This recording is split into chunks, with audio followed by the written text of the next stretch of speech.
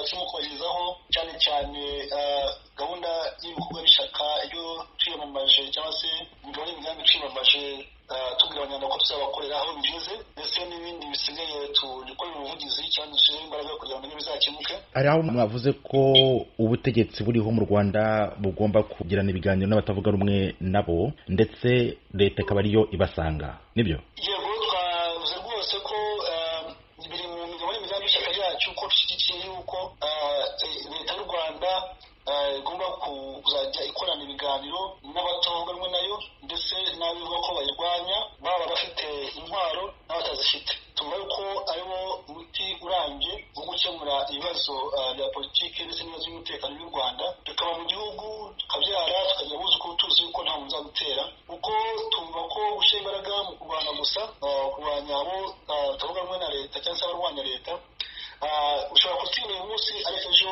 hakavuka abandi, ntabwo bijya birangira. Ariko habaye ibiganiro mu buryo butandukanye byakemuka, tukumva kugira ngo ibyo bikorwe hajyaho urwego rw'igihugu rushinzwe ibiganiro bya politike itandukanye n'urwego rw'umuvunyi, ariko ari noneho urwego ruvunisha abanyapolitike, rukaba rushinzwe gukemura amakimbirane y'abanyapolitike aba mu gihugu n'abari hanze y'igihugu, bakagira ibiganiro bitandukanye n'urwego rw'umushyikirano, kuko umushyikirano usanga abanyarwanda bashyikirana hagati yabo ariko bigoye gushyikirana n'abandi nabo bari hagati y'igihugu, bigoye gushyikirana n'abandi bari hanze y'igihugu.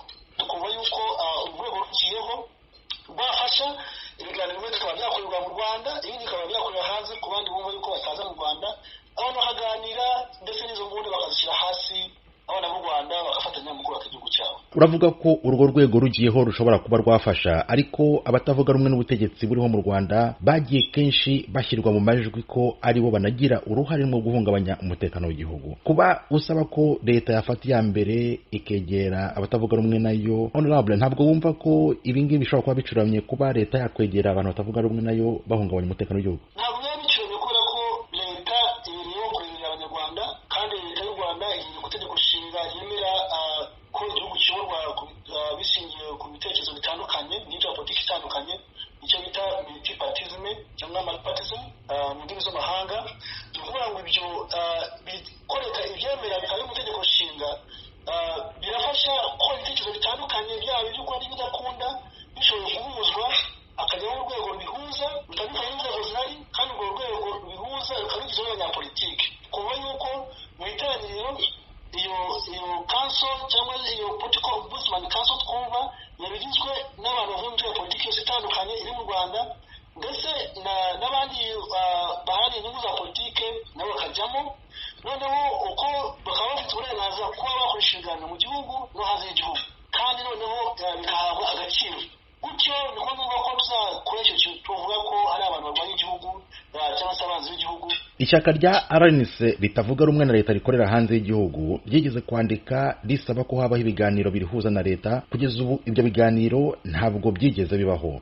Utekereza ko impamvu ari iyihe rero? Ndakeka ko impamvu ari uko atari ishyaka ryemewe n'amategeko mu Rwanda, ariko twebwe tubisabye turi ishyaka ryemewe n'amategeko mu Rwanda, ndetse turi ishyaka riri no mu nzego nkuru z'igihugu, tukaba turi ishyaka riri muri Sena y'u Rwanda, dufitemo umusenateri, tukaba turi mu nteko ishinga amategeko, nanjye tuvugana nkaba ari n'umudepite mu nteko ishinga amategeko, umutwe w'abadepite. Twumva yuko ibitekerezo byacu ntabwo ari ibitekerezo byasuzugurwa, tukaba tubishyizemo imbaraga cyane kugira ngo bikorwe, ntabwo ari ngombwa ko abana b'u Rwanda bakomeza kurwana. Twifuza igihugu cy'abanyarwanda batagomba guterana no kurwana, twese dushyire hamwe twubaka igihugu cyacu. Kuki uyu munsi ari bwo usabye ko leta yakicara ikavugana n'abayirwanya? Ntabwo ari uyu munsi tubivuze gusa, turabyanditse muri manifesto y'ishyaka yo kwiyamamaza muri 2014 kwiyamamaza ku mwanya wa perezida wa repubulika, tubisubiramo muri manifesto y'ishyaka yo kwiyamamaza mu y'abadepite.